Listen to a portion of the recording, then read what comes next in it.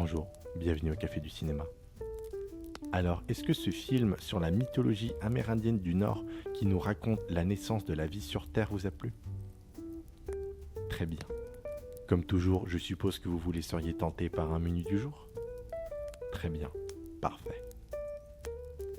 Le film du jour est Tatami de Zahar Amir Ebrahimi et Guy Native, sorti en 2024. Le film raconte l'histoire de Leila Hosseini, une judokate iranienne qui, avec son équipe et son entraîneuse, se rend en Géorgie pour les championnats du monde de judo. Confiante de gagner la compétition, elle enchaîne et gagne les matchs. Sauf que, en se rapprochant de la finale, son entraîneuse et elle vont recevoir des menaces de la part de la Fédération iranienne de judo et du gouvernement iranien de simuler une blessure avant la finale et d'arrêter la compétition.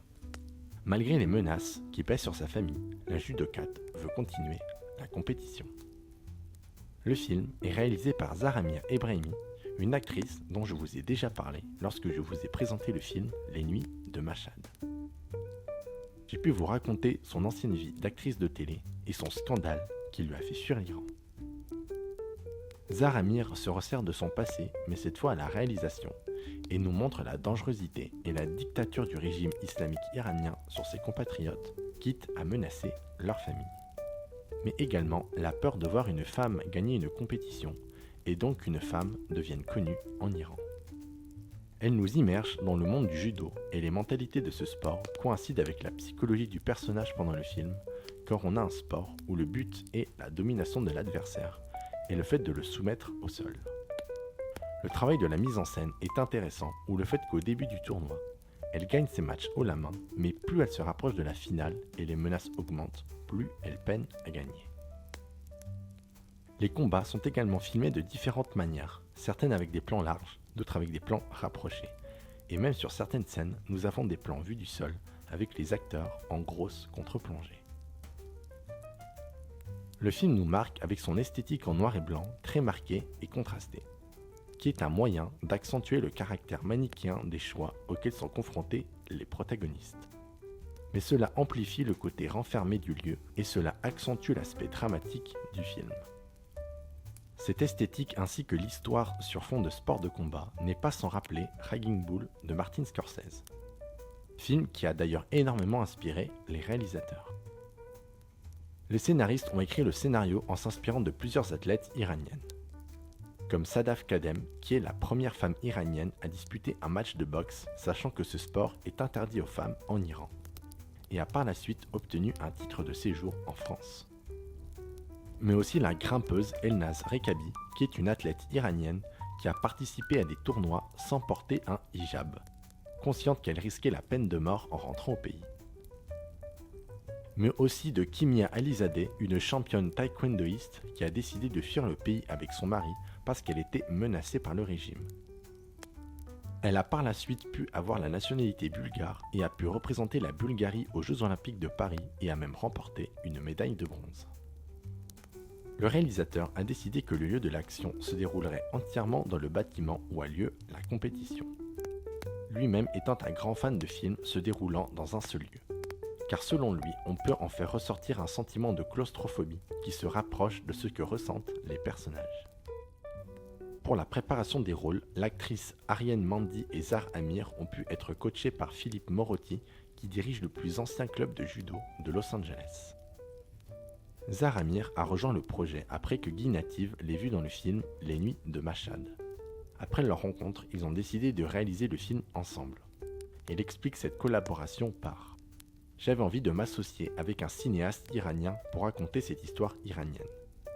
Et je savais que Zahar envisageait déjà de passer à la réalisation. Avec Zahar, nous avons exactement les mêmes goûts cinématographiques. Nous aimons le cinéma d'auteur, le cinéma audacieux. Si bien que c'était une démarche très naturelle. On s'est très bien entendu et le premier jour du tournage, on avait le sentiment qu'on travaillait ensemble depuis des années. »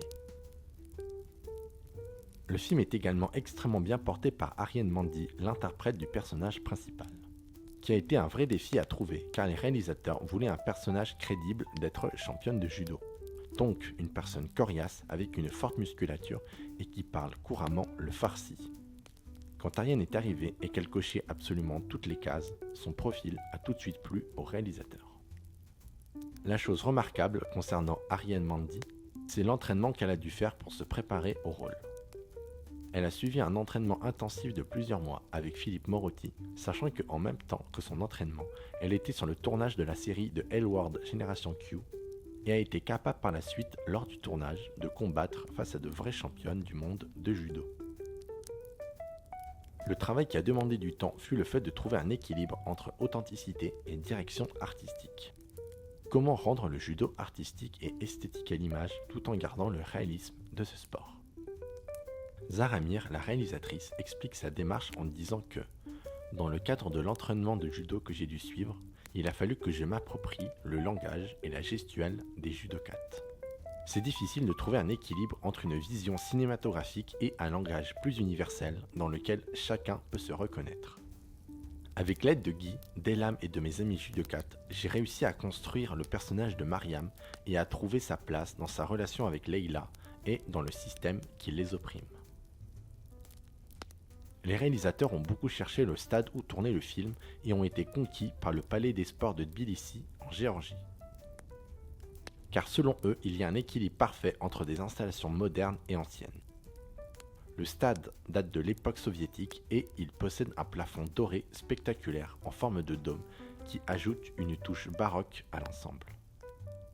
Le film rentre dans le contexte du mouvement social iranien suite à la mort de Mahsa Amini.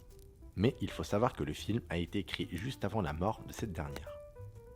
Et avec les événements qui ont suivi, cela offre au film d'autres perspectives et interprétations. En tout cas, Zahra Mir continue de combattre à sa manière cette libération et l'émancipation des femmes du régime islamique et du port du voile et de la domination des hommes. D'ailleurs, le thème cher de la réalisatrice qu'elle a inséré dans le film est l'exil. D'ailleurs, dans une interview, elle révèle que de nombreuses personnes choisissent l'exil pour pouvoir vivre en paix et poursuivre leur passion. Mais tout le monde ne s'engage pas en politique ni ne dispose d'une tribune. Un athlète, un cinéaste, un politicien ou un activiste, quelqu'un avec une voix peut représenter une menace pour un gouvernement. Si quelqu'un choisit l'exil simplement pour vivre librement, sans autre motif, le gouvernement n'y prête pas vraiment attention. Mais ce qui unit le sport et le cinéma, c'est que nous avons une voix qui porte, et si nous choisissons de l'utiliser, elle sera entendue. Nous avons un large public, et notre voix, nos actions peuvent aller très loin. C'est précisément cela qui dérange un régime totalitaire. Voilà, c'est sur cette manière d'échapper à un régime totalitaire et de pouvoir enfin vivre librement que je vous laisse découvrir ce film qui nous montre comment le régime islamique iranien traite ses athlètes iraniennes. Et pour ma part, je vous souhaite une bonne soirée, un bon visionnage et j'espère vous revoir bientôt au Café du Cinéma.